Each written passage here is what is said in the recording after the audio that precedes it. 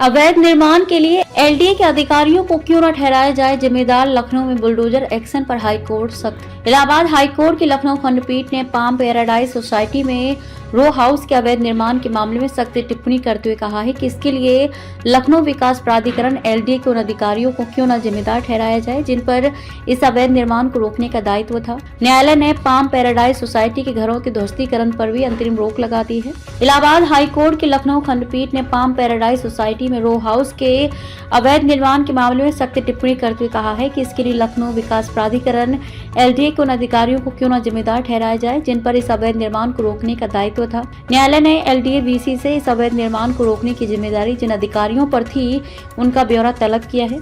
न्यायालय ने palm paradise society के घरों के ध्वस्तीकरण पर भी अंतरिम रोक लगा दी है। मामले की अगली सुनवाई जनवरी माह के दूसरे सप्ताह में होगी। यह आदेश न्यायमूर्ति राजन राय व न्यायमूर्ति बीआर सिंह की खंडपीठ ने पाम पैराडाइज वेलफेयर सोसाइटी व 11 अन्य की याचिका पर पारित किया है। याचियों की ओर से क्या दी गई दलील? याचियों की ओर से दलील दी गई कि उन्होंने पाम पैराडाइज के बिल्डर से रो हाउस खरीदे हैं। जब इस सोसाइटी के बारे में पता करने एलडीए गए तो वहां मौखिक तौर पर बताया गया कि मकानों के निर्माण में कोई भी अनियमितता नहीं है। इस पर विश्वास करके उन्होंने रो हाउस खरीदे, लेकिन अब एलडीए लेआउट नापास होने का हवाला देकर उन्हें गिराने की बात कह रहा है। न्यायालय के पूछने पर एलडीए के अधिवक्ता ने बताया कि घरों के निर्माण ना तो सरकारी जमीन पर हुए हैं और ना ही वहां कोई अतिक्रमण है, लेकिन बिल्डर ने बिना संस्तुति के रो हाउस का निर्माण किया है। इस पर याचियों की ओर से कहा गया कि वे परिवार समेत इन घरों में रह रहे हैं, लिहाजा वे कंपाउंडिंग प्रशमन के लिए आवेदन दे सकते हैं। इस पर न्यायालय ने आदेश दिया कि याचियों की स्थिति को देखते हुए कंपाउंडिंग प्रक्रिया पर